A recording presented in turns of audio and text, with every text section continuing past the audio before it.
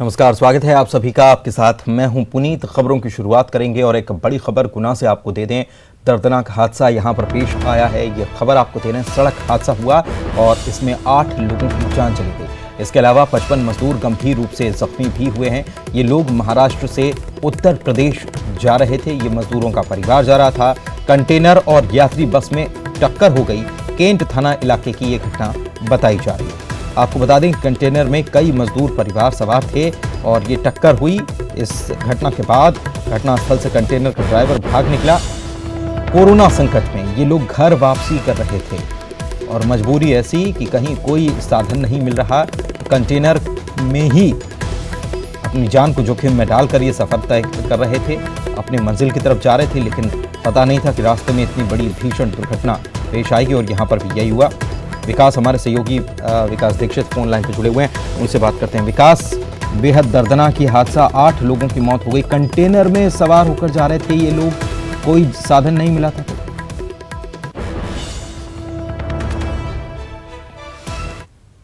कर रही है कंटेनर में निश्चित रूप से आप जो पुनीत बात कर रहे हैं, कंटेनर में लगभग 25 से 30 लोगों की क्षमता थी, लेकिन उसके बावजूद उसमें 60 से ज्यादा लोगों को, प्रवासी मजदूरों को ठूस ठूस कर भरा गया था, जिसमें महिलाएं, बच्चे, पुरुष सभी शामिल थे। इस दर्दनाक हादसे में 8 लोग जो खत्म हुए, बताया जा रहा है कि उत्तर प्रदेश के निवासी थे, जिसमें इब्राहिम, अजीत, अर्जुन, वसीम, रमेश, सुधीर, इन 6 लोगों के नाम न्यूज 18 की तफ्तीश में मिल चुके हैं और इन सभी की आयु लगभग 20 से 24 वर्ष के बीच बताई जा रही है, जो मेहनत मजदूरी करते हुए अपना और अपने परिवार का भरण पोषण करते थे। सभी महाराष्ट्र से उत्तर प्रदेश की ओर जा रहे थे। तो इस पूरे मामले में अभी लगभग 54 जो घायल हैं, उन सभी को जिला अस्पताल में भर्ती करते हुए इलाज दिया जा रहा है, इलाज मुहैया कराया जा रहा है और प्रशासन ने अब आगे की व्यवस्था के लिए, इनको उत्तर प्रदेश पहुंचाने के लिए यहाँ पर बसों की व्यवस्था भी की है। लेकिन सबसे पहली प्रायोरिटी पर मजदूरों की जान माल की सुरक्षा है, जिसको लेकर फिलहाल अस्पताल में सभी को इलाज मुहैया कराया जा रहा है। पुनीत, दुर्घटना कैसे हुई, क्या जानकारी है इसके बारे में?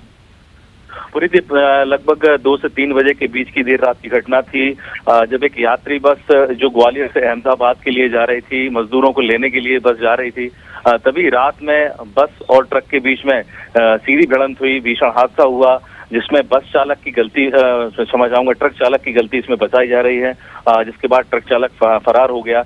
और जो भीषण हादसा हुआ था, और जैसा कि मैंने आपको बताया कि मजदूरों को ठूस ठूस कर उसमें भरा गया था, तो उसके बाद में जो हादसे में मजदूर एक दूसरे के ऊपर गिरे, वाहन पलटा, तो दम घुटने से ये मौत का मामला सामने निकल कर आ रहा है। इस पूरे मामले में अभी जो घायल हैं उन सभी को इलाज दिया जा रहा है, लेकिन बेहद दर्दनाक, बेहद भीषण हादसा इसको माना जा रहा है। बेहद दर्दनाक हादसा वाकई में। 8 लोगों ने अपनी जान गंवा दी और घर जा रहे थे, रास्ते में मौत मिल गई इनको। मुख्यमंत्री की बात कर लेते हैं तो आज कई बैठकें करने वाले हैं। दोपहर 3:30 बजे पीएम आवास योजना के हितग्राहियों के बीच राशि का वितरण करेंगे। 250 करोड़ रुपए हितग्राहियों के बीच बांटेंगे। वहीं शाम 4 बजे सीएम मंडी अधिनियम के प्रावधानों को लेकर बैठक करेंगे। इसके अलावा इस बैठक के बाद सीएम शिवराज सिंह चौहान शाम 5 बजे कोरोना महामारी के अधिकारियों के साथ समीक्षा करेंगे। 6 बजे स्कूल ऑफ गुड गवर्नेंस की समीक्षा बैठक में भी सीएम शामिल होंगे।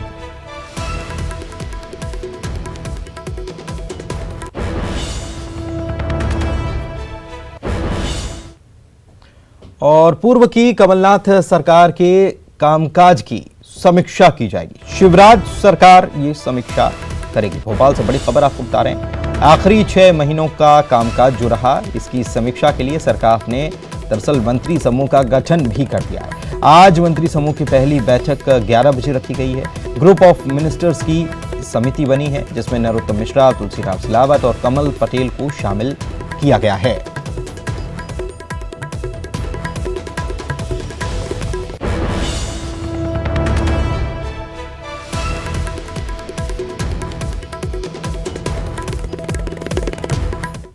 मंत्री समूह का गठन किया है और कल 11 बजे हमने पहली बैठक रखी है और इसमें माननीय सम्मानित मंत्रियों के साथ में बातचीत करके हम कल से अपने निर्णय कल से ही प्रारंभ करके और सरकार को भेजना प्रारंभ करेंगे।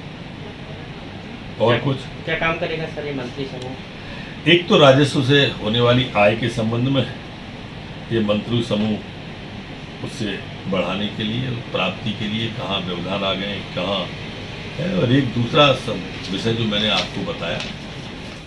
अनुराग हमारे सहयोगी हमारे साथ जुड़ चुके हैं, उनके पास चलते हैं और उनसे जानते हैं। एक तरफ मुख्यमंत्री अनुराग आज बैठकें करने वाले हैं, लगातार समीक्षा करेंगे, और दूसरी तरफ मंत्री समूह का एक गठन कर दिया गया है, और इसके पीछे लक्ष्य इसके पीछे मंतव्य ये है कि कमलनाथ सरकार के जो 6 महीने बीते हैं आखिर के, उसकी समीक्षा की जाएगी।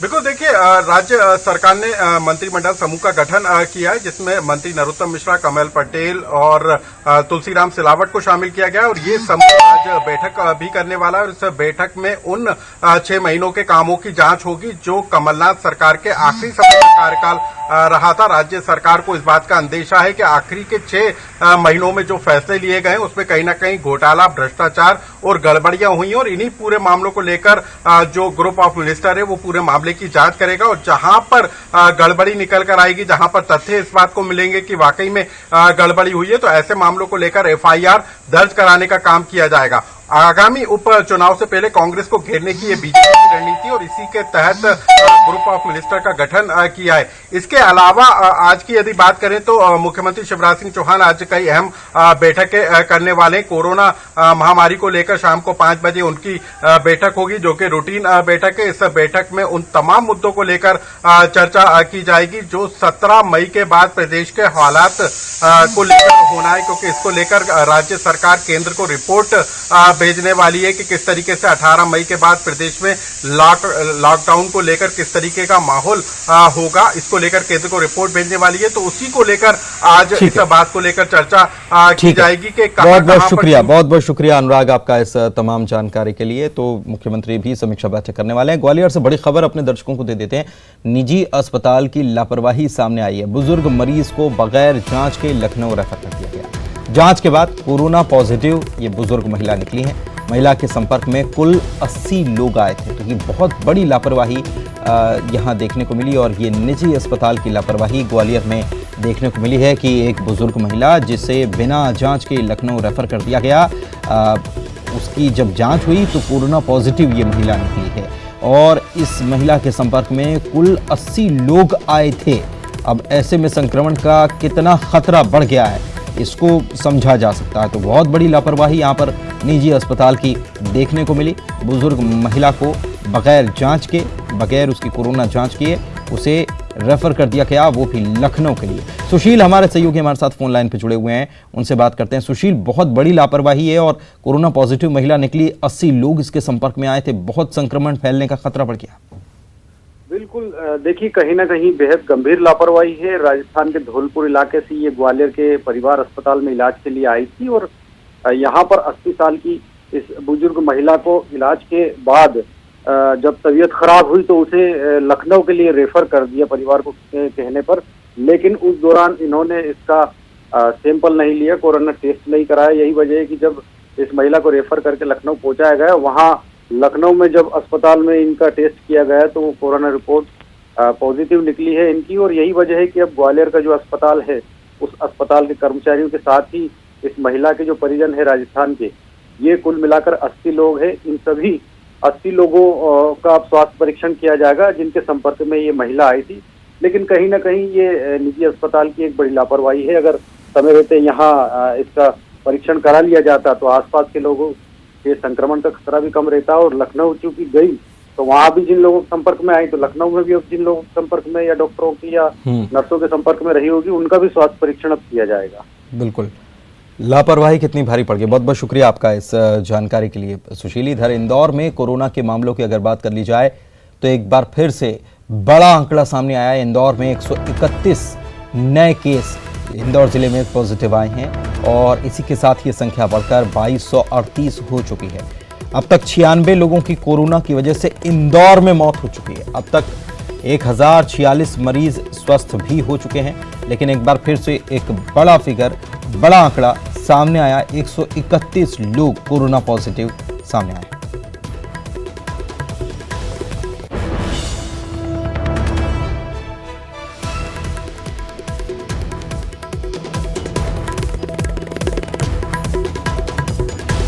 कोरोना के 131 मामले सामने आए और जिले में पॉजिटिव मरीजों की संख्या इसी के साथ 2238 हो चुकी है। 96 लोगों की कोरोना की वजह से मौत हो चुकी है और बीते 4 दिनों से अगर देखा जाए तो लगातार आंकड़ा बढ़ता हुआ, उसमें उछाल आता हुआ, रोजाना मामले जैसे जैसे सामने आ रहे हैं, रोजाना एक नया आंकड़ा सामने आता है और बढ़ा हुआ, पिछली बार से पिछले दिन से बढ़ा हुआ ये फिगर सामने आता है और 131 लोगों के रिपोर्ट अब इंदौर में पॉजिटिव आई। विकास हमारे सहयोगी हमारे साथ इंदौर से लाइव जुड़े हुए हैं, उनसे बात करते हैं। विकास, रोजाना हम बात कर रहे हैं और रोजाना जब से बात कर रहे हैं तब से लगातार हम देख रहे हैं कि आंकड़ा बढ़ता हुआ नजर आ रहा है, 131। और ये क्या टोटल रिपोर्ट जो पेंडिंग थी उसका ये डेटा सामने आया है या फिर जो सैंपल कलेक्शन किए गए हैं उसका ये डेटा है और बैकलॉग अभी बाकी है?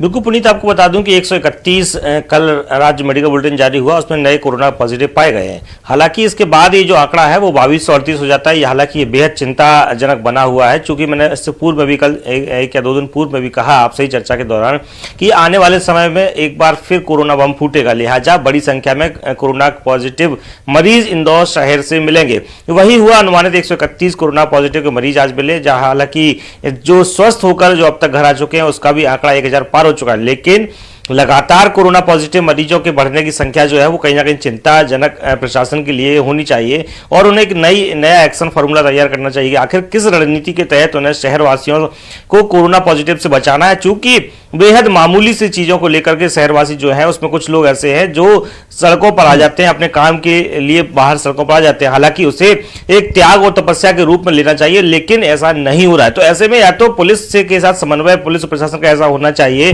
कि सख्ती पर्याप्त होना चाहिए। यदि सख्ती पर्याप्त होगी तो संभवतः लोग अपने घरों में रहेंगे। हालांकि कुछ दिनों से ये भी नोटिस में आ रहा है कि जो सख्ती का जो पहले दायरा था वो कहीं ना कहीं घटी है, तो इसी वजह से भी लोग सड़कों पर आते हैं। कई बार और फिर मामले अगर सख्ती घटाएंगे तो फिर मामले बढ़ते जाएंगे और ये चेन कैसे टूटेगी, सवाल यही है। शुक्रिया विकास आपका इस जानकारी के लिए। इधर बुरहानपुर से बड़ी खबर आपको दे दें, यहां पर भी कोरोना के 14 नए मरीज मिले हैं। कल भी बड़ी संख्या में कोरोना पॉजिटिव मरीज सामने आए थे और इसी के साथ कोरोना पॉजिटिव मरीजों की संख्या 100 के आंकड़े को पार करके 110 पहुंच चुकी है। 9 लोगों की मौत। वक्त एक ब्रेक का है, जल्द लौटेंगे।